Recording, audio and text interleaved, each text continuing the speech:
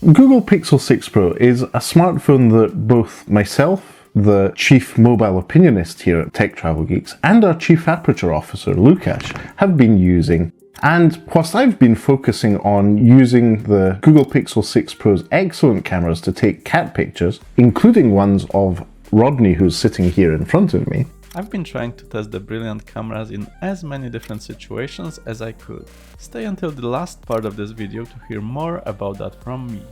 Please note though, parts of this video were recorded a while ago, and we're expecting the Pixel 7 Pro to come out soon, but we still wanted to wrap our videos on the Pixel 6 Pro before we get the new one. But for now, I'll let Matteo tell you that it is a great smartphone all round, and there's a reason it's the primary smartphone both Lukasz and I use. So Google have been making Pixel smartphones for over 5 years at this point.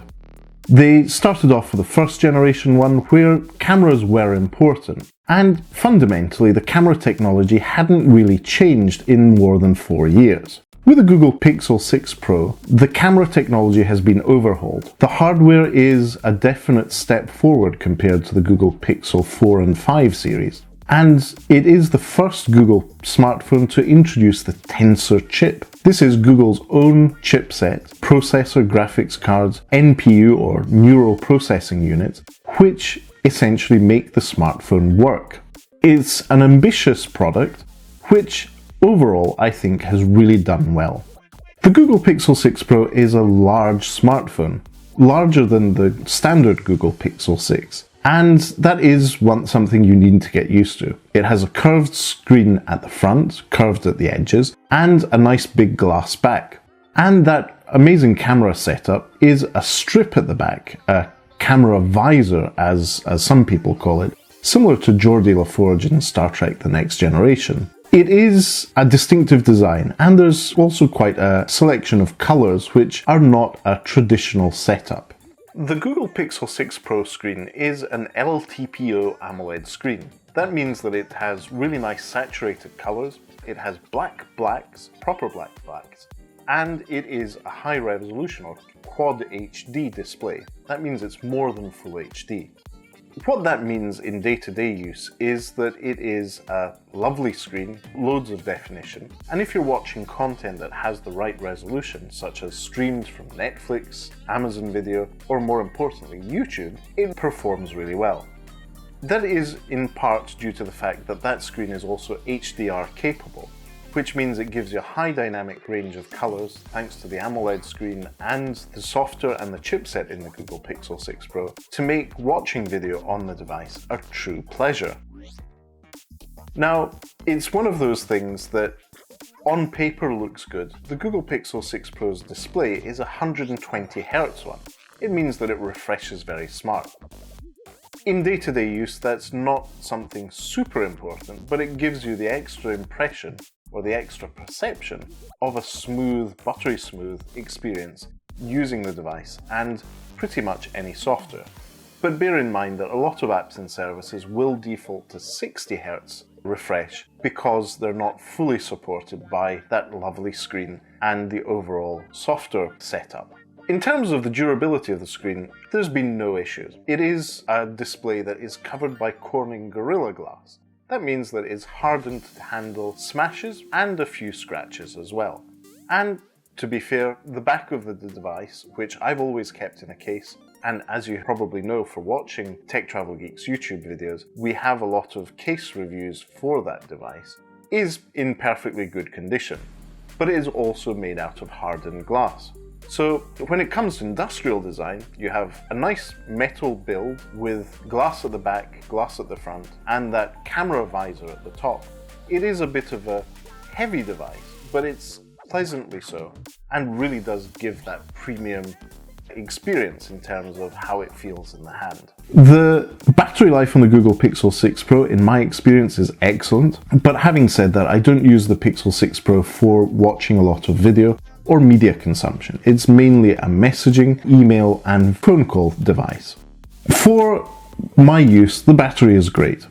And the Google Pixel 6 Pro has wireless charging, which in all my chargers, including my smart sofa, works great. That means I can top up the battery on the Google Pixel 6 Pro just by popping it down on the surface of the charger. Fast charging has been improved compared to the Google Pixel 5. On the Google Pixel 6 Pro you get 30-watt fast charging. It's much faster than the Google Pixel 5, but it's still nowhere near what we saw on the Xiaomi 11T Pro 5G, which is 120-watt fast charging. So bear in mind that whilst it is fast charging, and it's much faster than fast charging on an iPhone 13 Pro or equivalent iPhone, it's still nowhere near what the rest of the Android flagships are offering at this point in time. I'll agree with Matteo when it comes to battery life. I found it to be quite good. However, my biggest issue with the device is how picky it is when it comes to chargers and cables. It requires very specific types of chargers. So for example, I'm not able to charge it in my car, either from the USB port, the 12-volt lighter port, or using the wireless charger. I've had similar issues at home with different chargers and batteries, so it's one thing I hope gets improved in the Pixel 7 series. The Google Pixel 6 Pro, unlike many other smartphones in its price category, does not have Face Unlock. Google don't consider that to be as secure as it should be. So you only have the option of using a passcode, pattern, or more importantly, fingerprint unlocking your smartphone. The fingerprint unlock on the Google Pixel 6 Pro is underneath the OLED screen. That lovely screen has a fingerprint scanner in the bottom section of it, and that means that you just pop your finger over the screen, light shines through it, and it reads your fingerprint, confirming your identity and unlocking the phone. This is not unlike other technologies we've seen from companies like Huawei and other brands. But in terms of its speed, it's not the fastest fingerprint scanner out there. In my experience, it is very similar to the one on the Huawei P30 Pro. It's perfectly usable, very fast compared to the ones from a few years ago, but it's not the fastest one out there. It would be nice to have a side-mounted fingerprint scanner, that's my personal preference.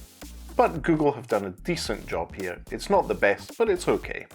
In terms of connectivity, the Pixel 6 Pro is a 5G device, and if you have access to 5G networks, you get very fast speeds on it.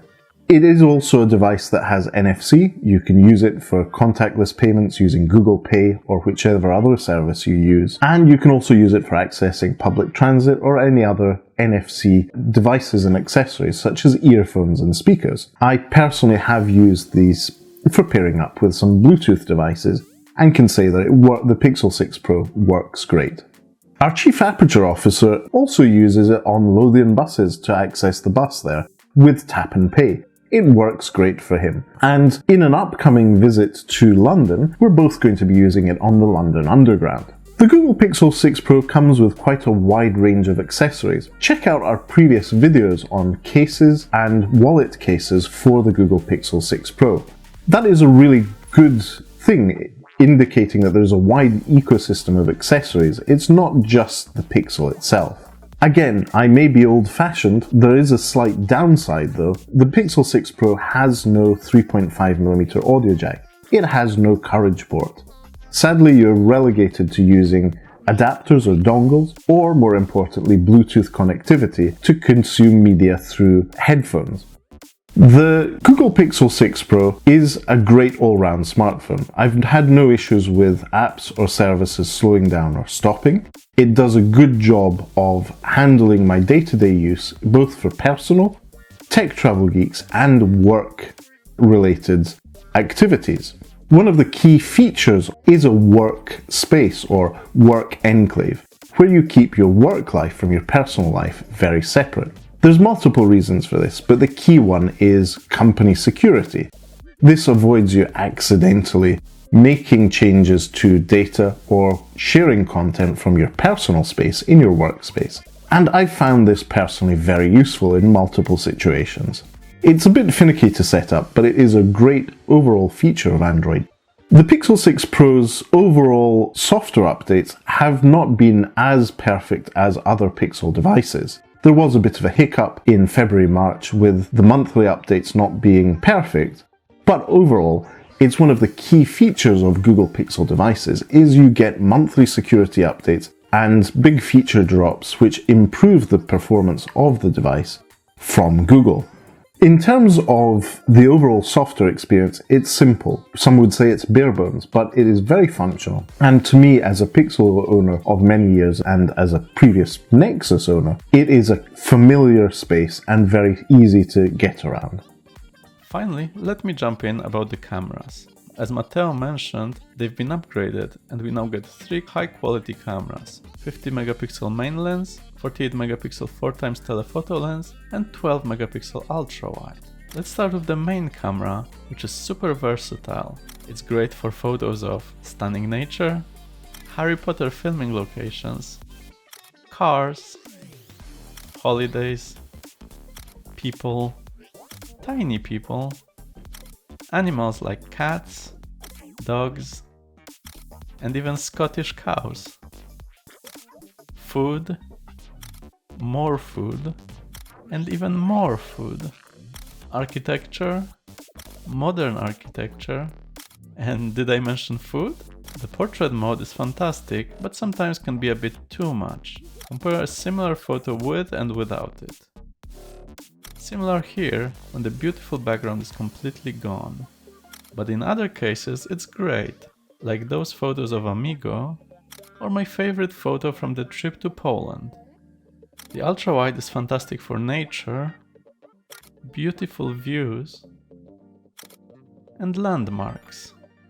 And it has a surprisingly good dynamic range both for daylight and sunsets.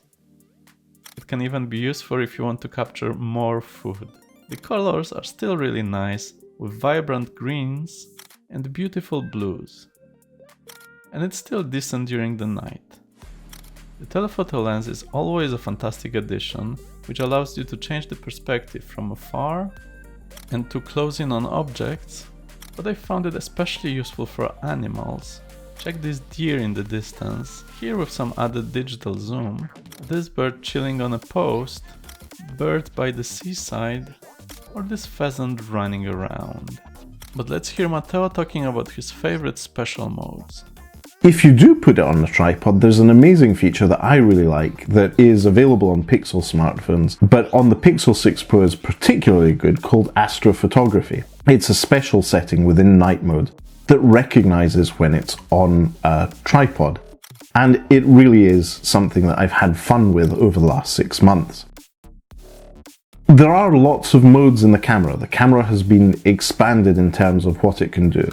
Google say that this is in part due to the Tensor chipset with its artificial intelligence handling. And that may be well the case. There are particular modes which I liked, like the motion shots, as well as night mode, which really do enable you to take amazing pictures with little thought or effort. I think this is why I like the Pixel 6 Pro so much, is that camera ease of use, and more importantly, ease of sharing content after you've taken videos or pictures with it. The one downside I've seen is that when there's a strong source of light during the night, my lens for some reason has red or pink artifacts. This photo of fireworks from a friend's wedding was beautiful, but I had to crop the top because of the artifacts. Similar here with the sparklers. The selfie camera on the Google Pixel 6 Pro is an 11 megapixel ultra-wide one. That means that when you're actually using it, you can switch between standard selfie and adding extra width to it. Unlike the Google Pixel 4 or the 4 XL, you don't actually have two separate cameras for that. It's just a crop from the main sensor for the standard selfie, and then using the full sensor and lens to get the full view when you need it. This makes taking group photos, such as the ones that we are showing you here, actually really easy to take, and for group situations, quite a good way of capturing memories. That selfie camera is actually capable of recording 4K video at 30 frames per second. So if you're an aspiring vlogger, that might actually be of good use to you. Speaking of video, all three back-facing lenses support 4K 30 frames per second recording, and you also get 4K 60 on the main and telephoto lens, in case you want to record something and slow it down later, but keep it in 4K. There's also slow motion modes in Full HD, and they look quite good, as long as the lighting is decent. Plus, you get quite good image stabilization, but if you want to see more samples, check our video camera sample from a while ago. Granted, there are some other flagship phones with better optical performance, higher dynamic range, or much better telephoto lenses, but when it comes to ease of use, camera smarts, and overall package and global availability, the Pixel 6 Pro is difficult to beat. The Google Pixel 6 Pro gets covered a lot here on YouTube and other places, and there's been a lot of criticism towards the device. Having bought the devices ourselves, we don't really see where all that criticism comes from. We're quite happy with how the Google Pixel Pro has performed in our experience, and in day-to-day life it's a very, very good smartphone. The Google Pixel 6 Pro is not the best smartphone, but it's the best smartphone for most people. It's a great, easy-to-use, simple phone where, when you need it, has extra power in terms of processing, features, and more importantly, connectivity to really be a pro phone. The Pro is definitely warranted in this product, and I think that it is a very, very good one. And there's a reason why one of my main SIM cards has stuck in it. Do let us know what you think about the Google Pixel 6 Pro in the comments section below. Tech Travel Geeks covers consumer electronics, gadgets, accessories, and anything we think makes the travel experience better. Smartphones are definitely a mainstay of that. If you'd like to see more of that, please do subscribe to the Tech Travel Geeks here on YouTube. For now, thanks for watching and goodbye from us.